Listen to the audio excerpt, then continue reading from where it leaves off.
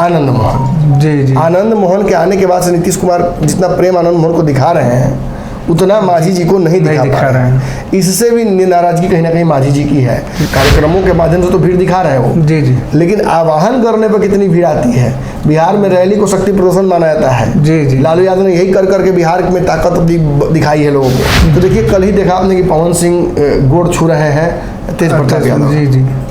तो कहीं ना कहीं ये तो समझ में आ रहा है कि राजपूत समाज भी धीरे धीरे समझ रहा है। नमस्कार, भारत लाइव देख रहे हैं आप। यह गेम बड़ा है। इस गेम बड़ा में हम अपने संपादक नमन मिश्रा सर के माध्यम से पर्दे के पीछे चल रही वो सारे हलचल को आपके सामने प्रस्तुत करते हैं जो आम जनता तक नहीं पहुंच पाती है। आपको पता होगा कि अगले साल लोकसभा चुनाव होना है। इस चुनाव से पहले राजनीति में कुछ खास होने वाला है।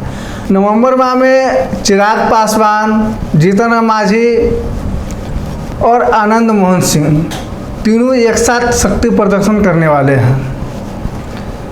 हालांकि चिराग पासवान के प्रवक्ता का कहना है कि 28 नवंबर को हमारी पार्टी की स्थापना दिवस है, इस पर हम रैली करने जा रहे हैं। लेकिन 2 दलित और एक राजपूत समाज अपना शक्ति प्रदर्शन करेंगे और जो जीतेगा वो किंग बनेगा। इसके पीछे का राज क्या है हम अपने संपादक से जानने की कोशिश करेंगे। सर, क्या लगता है, एक तरफ राजपूत है और दूसरी तरफ 2 दलित समाज है, क्या लगता है कौन किंग बनेगा? इसके पीछे की राजनीति क्या है? देखिए मांझी जी जिस स्थिति में अभी हैं सर, मांझी जी चाहते हैं कि उनका राजनीतिक लोहा सभी माने जी। एक बड़ा वोट बैंक है उनका बिहार भर में। मुसहर समाज जो पिछड़ा समाज है वो उनके साथ खड़ा है और इस बात को दरकिनार करके दोनों गठबंधनों में, चाहे वो एनडीए में रहे हों या महागठबंधन में रहे हों या नीतीश कुमार साथ रहे हों, सभी ने कभी ना कभी दरकिनार इस चीज़ को किया है और इससे वो काफ़ी आहत है। उन्हें नाराज़गी है इस बात की कि बार बार उन्हें ये क्यों कहना पड़ता है कि भाई हमारी मांग पूरी नहीं होती है, हमारी बातों को ध्यान नहीं दिया जाता है। कभी पूर्णिया में, कभी दिल्ली में कभी नरेंद्र मोदी कहते हैं, यहीं बिहार के मंच से भी कहा था कि मांझी जी हमारे साथ हैं और मांझी जी के साथ अन्याय हुआ। फिर यही नीतीश कुमार ने पूर्णिया के मंच से कहा कि मांझी जी को हम बहुत कुछ देंगे, मिला कुछ नहीं। एक गाड़ी के लिए तो लगातार घूम रहे हैं, वो अर्जी डाल रहे हैं। आप खुद सोचिए नीतीश कुमार के सामने अपने पूरे विधायकों को लेकर वो क्यों जाएंगे?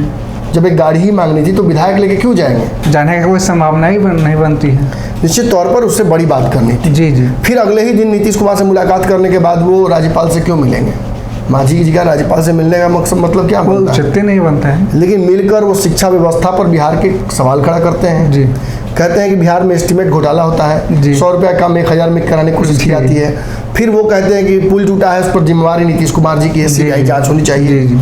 एक तरफ नरेंद्र मोदी का बड़ाई कर रहे हैं, एक तरफ नीतीश कुमार को खींच रहे हैं। जी। निश्चित तौर पर मांझी जी अब तय कर चुके हैं कि इस महागठबंधन में उनको कुछ मिलने नहीं जा रहा है।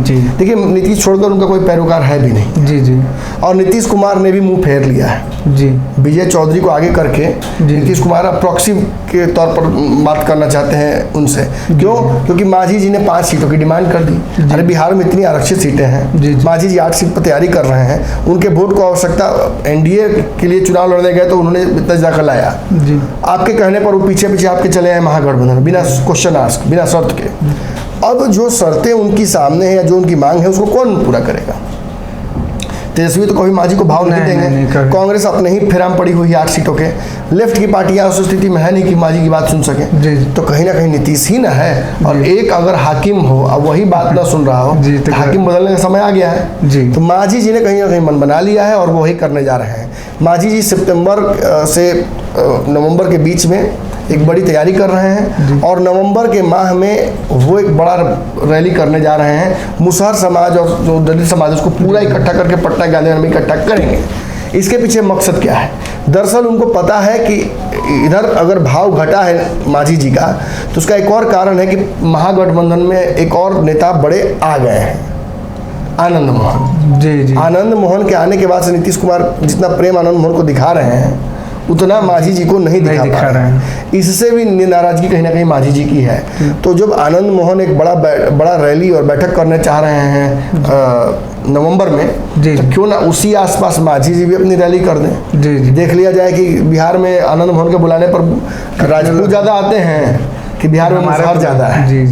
और इसी आसपास में चिराग पासवान ने भी रैली की घोषणा इसलिए की है क्योंकि चिराग पासवान भी जानते हैं कि मांझी महागठबंधन की तरफ छोड़कर एनडीए की तरफ आना चाह रहे हैं। एनडीए में कई दलों को न्योता मिला हुआ है, मुकेश सहनी से लेकर जीतन राम मांझी तक सबको मिला हुआ है। और चिराग ये बात जानते हैं कि चूंकि कार्यक्रमों के माध्यम से तो भीड़ दिखा रहे हैं वो, लेकिन आवाहन करने पर कितनी भीड़ आती है। बिहार में रैली को शक्ति प्रदर्शन माना जाता है। लालू यादव ने यही कर करके बिहार में ताकत दिखाई है लोगों को, और इसी वजह से आज उनका सिक्का बुलंद है। यही रैली करने में कहीं ना कहीं विफल हो गए थे आरसीपी सिंह। पिछली बार नीतीश कुमार जी के जन्मदिन पर एक कार्यक्रम किया था पटना गांधी मैदान में, बहुत लोग नहीं जुट पाए थे, इस वजह से उनकी फजीहत हुई थी। तो ऐसी राजनीति करनी पड़ेगी खुद चिराग पासवान को भी, और कहीं ना कहीं जो एक बड़ा चुनौती प्रस्तुत करने की कोशिश कर रहे हैं एनडीए को,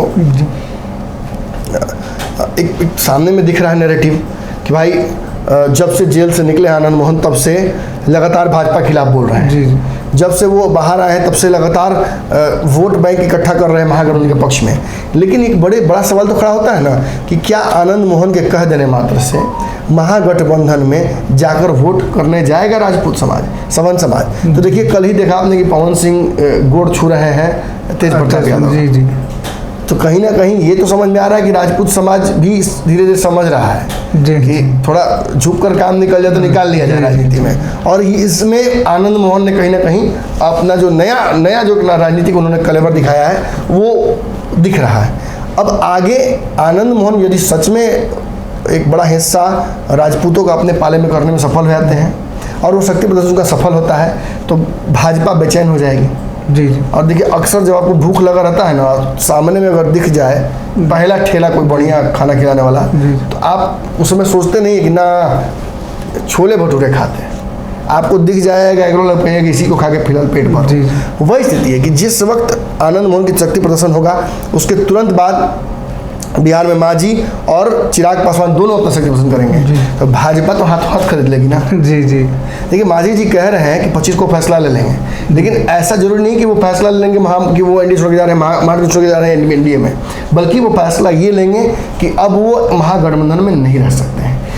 जो एनडीए में जाने का फैसला है वो ये सारे दल अभी नहीं लेंगे, वो धीरे धीरे लेंगे सितंबर अक्टूबर नवंबर तक, ताकि उस वक्त तक बिहार में समझ में आ जाए कि एनडीए कितने पानी में है, नरेंद्र मोदी कितना जीतने की संभावनाएं उनकी हैं। इस आधार पर ही तय होगा और तब तक ये भी समझ जाएगा विपक्षी एकजुटता कितना बड़ा हो पाती है।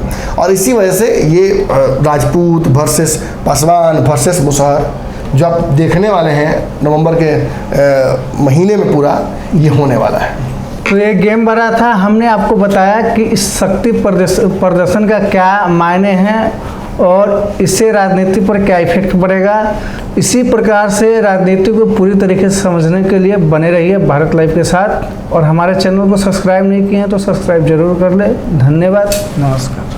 अगर ये वीडियो पसंद आई और वह बिहार के राजनीति और बिहारियत से सरोकार रखेनी तो सब्सक्राइब बटन दबा के चैनल के सब्सक्राइब कर ली। ओजे एगो घंटी बा, ओकरा बटन दबा देला से कुल सटीक और मारक खबर रुआ मुफ्त में मिल जाई। अगर रुआ पत्रकारिता के हमनी के नया प्रयोग में सहयोग कर चाहतानी तो ज्वाइन बटन दबा दी। पेटीएम नंबर नोट कर ली 9386816700। धन्यवाद।